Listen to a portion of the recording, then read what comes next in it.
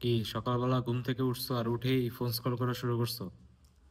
আর একটা দিন আজকে আবার আগের দিনের মতো শেষ করতেছো না? পরীক্ষার আর আছে কয়দিন? ভাই পরীক্ষার আর আছে মাত্র 40 দিনও। 40 দিনের হালকা একটু বেশি হবে, 50 দিন তো শেষই। 40 দিনও তুমি নষ্ট করবা, 30 দিনও নষ্ট করবা। পরে ইউটিউবে যা সার্চ দিবা যে কিভাবে পাবলিক বিশ্ববিদ্যালয়ে এক সপ্তাহে চান্স পাওয়া যায়, এক ক্লাসে কিভাবে পুরো সিলেবাস কভার করা যায়, এক ক্লাসে কিভাবে একদম দুনিয়া উল্টায় দেওয়া যায়। এটাই তো তোমার স্বভাব, ঠিক বলছি না?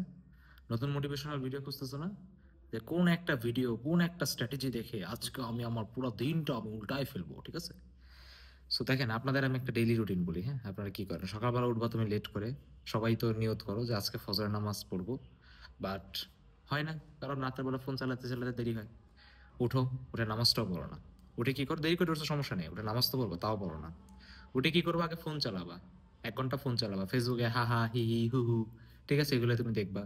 দেখার পর কি করবো? ইউটিউবে যাবা, মোটিভেশন সার্চ দিবা, ঠিক আছে? অভিষেক ভাইয়ের মোটিভেশন, এই ভাইয়ের মোটিভেশন, সেই ভাইয়ের মোটিভেশন, মোটিভেশন টোটিভেশন দেখবা, তাহলে অনেক মোটিভেটেড, আমি এখন সব পড়ে ওলসাই দিব। পরে তুমি কি করতে চাও বলো তো? খাইতে যাও।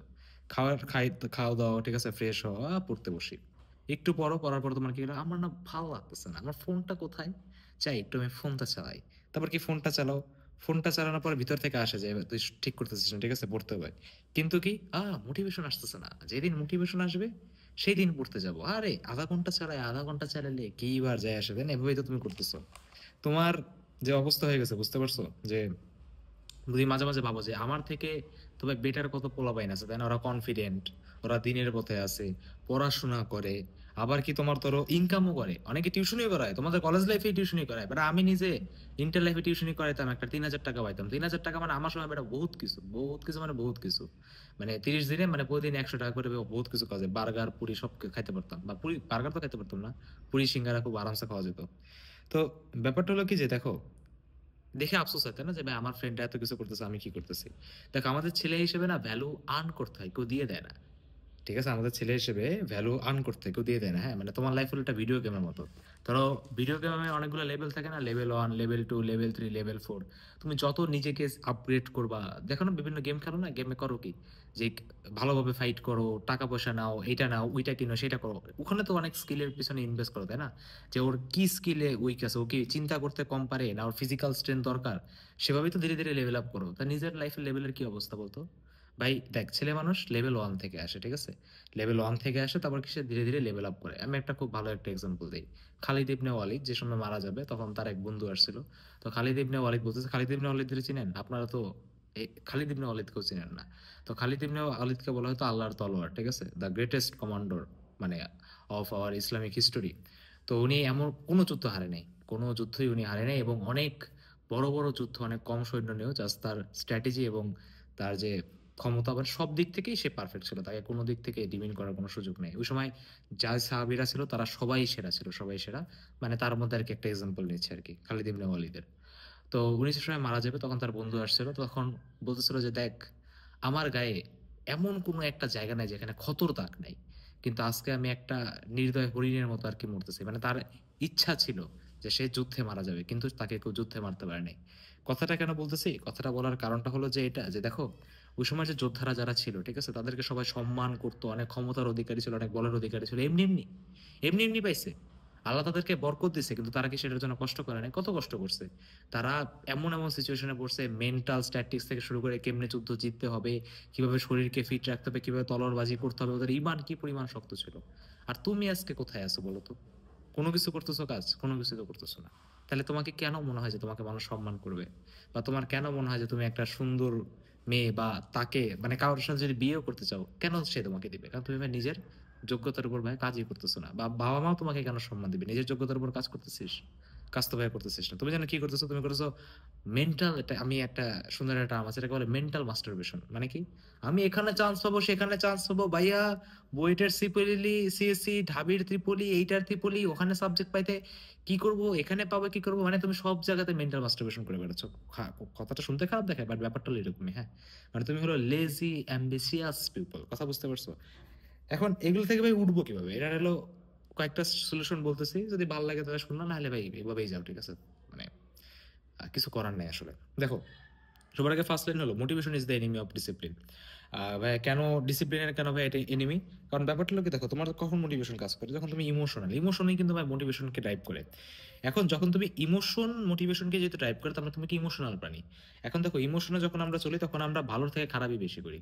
ধরো খুব কাজ করতে মন চাচ্ছে, কাজ করে উল্টা দিলাম, কিন্তু রাগের বসে, কান্নার বসে, এটার বসে, সেটার বসে উল্টা পাল্টা কাজে কিন্তু ভাই আমরা বেশি করি। কথা বুঝে গেছে? সো মোটিভেশন কি করে জানো, তোমাকে ব্রেইনে, মানে ব্রেইনে এক সিস্টেম এমন ভাবে বানানো যখন তোমাকে যে কোনো ধরনের ব্যথা, যে কোনো ডিসকমফোর্ট থেকে বাঁচায় না। সো মোটিভেশন তোমাকে ইনডাইরেক্টলি, যেহেতু ইমোশনাল ভাবে কানেক্টেড, তোমাকে মোটিভেশন হলো এই পেইনগুলো থেকে বাঁচায় না। কথা বুঝতে পারছো? সেই জন্য আমি বলবো যে ভাই এখান থেকে বাঁচবো কিভাবে, বাঁচার জন্য আমি তোমাকে বলবো যে যত ডিফিকাল্টি আছে, যত কঠিন কাজ আছে, সবগুলো একদম গলায় জড়ায় ধরো, বুঝছো? সবগুলোকে গলায় জড়ায় ধরো। এখন এটা করার জন্য তোমাকে কিছু রিচুয়াল ফলো করতে হবে। রিচুয়াল মানে কি? কিছু হ্যাবিট ফলো করতে হবে। হ্যাবিট কি? আমি একটা খুব সিম্পল কথা বলি। আমি যখন ঘুম থেকে উঠে, আমি সকালবেলা ঘুম থেকে উঠে বলি, ধরো সে টু সে এখন আমার লাইফে যে আমি ঠিক আছে আমি 1 ঘন্টা ওদের জন্য যে নতুন ভিডিও বানাবো, ক্লাস বানাবো, কন্টেন্ট বানাবো, সেটাকে করবো খাওয়া দাওয়া পরে। কফিটা খাবো, কফিটা খেয়ে সবার আগে আমি ওদের জন্য কন্টেন্ট বানাবো। তো তোমরা কি করবা? ঘুম থেকে উঠবা, ঘুম থেকে ওঠার পর তোমার ফার্স্ট কাজ কি হবে? ফার্স্ট কাজ হলো যে ভাইয়া, খাওয়ার আগে কফিটা খেয়েই, বা কফি না খাইলেও সমস্যা নেই, 1 ঘন্টাকে পড়তে হবে। নামাজটা পড়ি আগে 1 ঘন্টা পড়বো, যাই হয়ে যাক না কেন। আগে ভাই আমি নামাজটা পড়বো, দেন আমি পড়তে বসবো। খাওয়া পরে 1 ঘন্টা পড়বো, দেন নিজেকে একটা রিওয়ার্ড দেবো যে না আমি আজকে পড়ছি, নামাজ পড়ছি, তাই আমি খাচ্ছি। নামাজ পড়বা না, খাবা না, পড়তে বসবা না, মানে খাওয়ার কোনো দরকার নেই। নামাজ পড়বা, পড়াশোনা করবা, দেন তুমি খাবা, ঠিক আছে? আচ্ছা। সো ব্যাপারটা হলো কি, যে এভাবে তুমি কি করতেছো বলো তো? এভাবে তুমি করতেছো যেটা, সেটা হলো যে নিজেকে ধীরে ধীরে ডিসকমফোর্টের দিকে ঠেলতেছো। হ্যাঁ, মানে যখন কোনো একটা কাজ করবো, সেই কাজের জন্য রিওয়ার্ড সিস্টেম রাখো, ঠিক আছে? যদি রিওয়ার্ড সিস্টেম না রাখো না, তাহলে হলো সমস্যা। ওকে, তারপর নেক্সট পয়েন্ট আমি বলবো যে দেখো, আমরা ইমোশনাল ড্রাইভটা লজিক্যাল রিজনিং এর থেকে অনেক বেশি কাজ করে। তো এই জন্য খুব ফেমাস একটা লাইন আছে যে তোমার কেন তুমি কাজ করো সেটা খুব দরকার, ঠিক আছে? যত বড় হবা তত দেখবে যে তোমার কেন কাজ করতেছে জিনিসটা না স্ট্রং হয়। আর কেন স্ট্রং হয়? ধরো ফ্যামিলি হয়, বউ হয়, বাচ্চা কাচ্চা হয়। সো কারণটা অনেক ভিজিবল হয়। এখন তো ধরো অত বেশি প্রেশার বা বোঝা নাই, সো কাজ করার এরকম ইচ্ছা হয়। দেখো মা বাবা অনেক কাজ করতে পারে, তার কাছে কোনো এক্সকিউজও নেই। কারণ কি? প্রেশারটা যেটা তাদের উপর আছে, তারা কাজ না করলে তুমি খাইতে পারবে না। সো ব্যাপারটা হলো, তোমার উপর এরকম হার্ড কন্ডিশন নাই, তো কি করতে হবে? হার্ড কন্ডিশন বানায় নিতে হবে। এইটা পড়াশোনা না করলে এটা করবো না, পড়াশোনা না করলে এটা করবো না, পড়াশোনা না করলে এটা করবো না। নিজেকে যখন এরকম সিস্টেমে রাখবো, তখন অটোমেটিক ভাবে পড়তে বসবে, ঠিক আছে? আচ্ছা।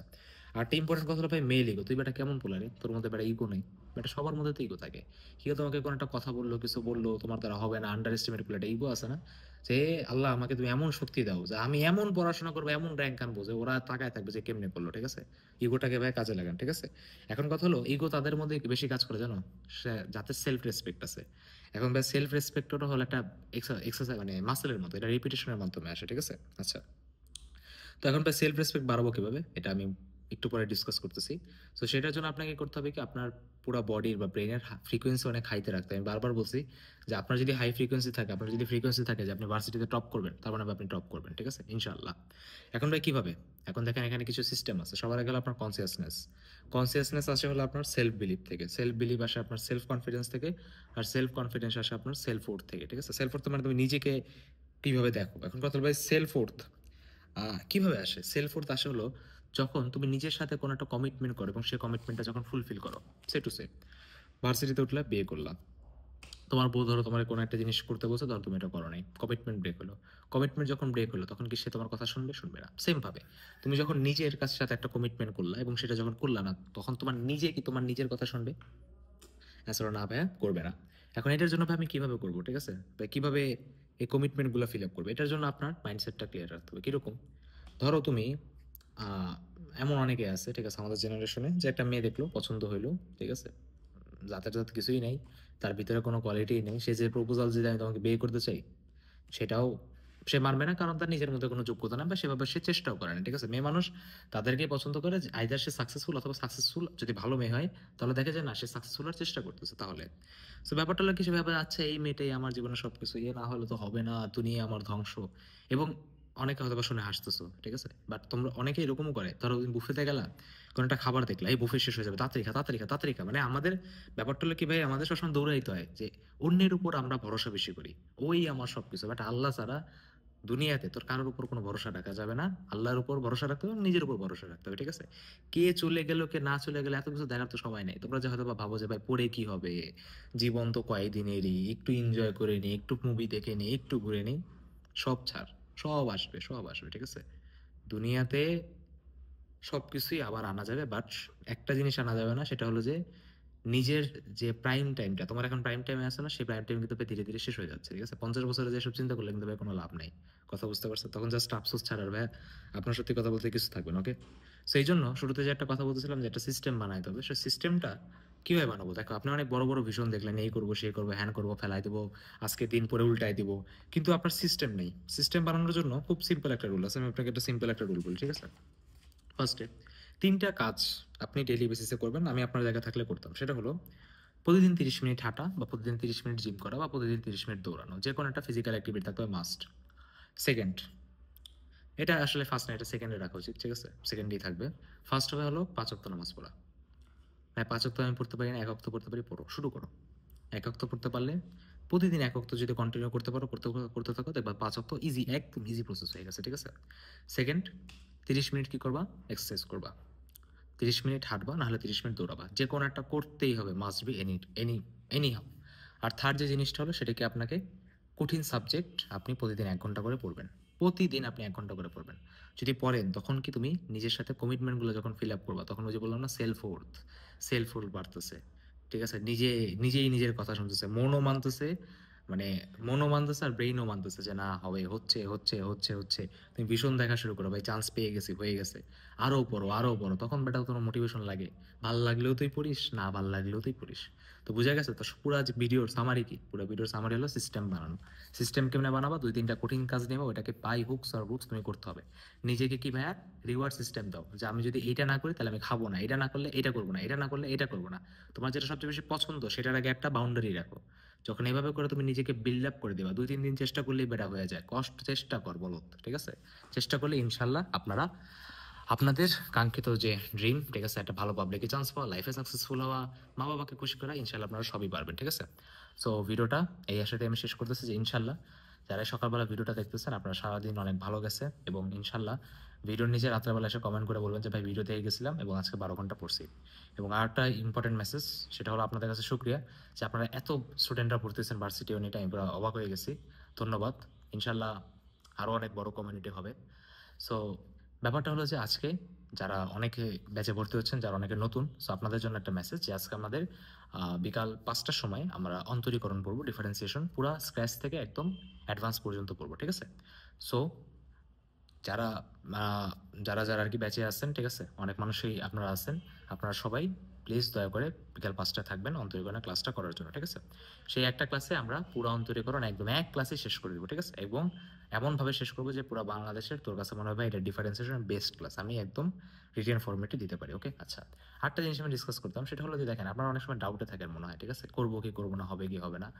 পেজে মেসেজ দেখে আমি বুঝি, ঠিক আছে? ধরো আমাকে অ্যাডমিনরা বলে যে ভাই ও ভর্তি হওয়ার জন্য ২ বার নক দিছে, ৩ বারে দেন আর নাই। ঠিক আছে? সো ব্যাপারটা আমি বুঝি যে আসলে সেলফ ডাউটে ভুগতেছে, ঠিক আছে? যে বাচ্চাটা নিজের ক্ষতি করতেছে।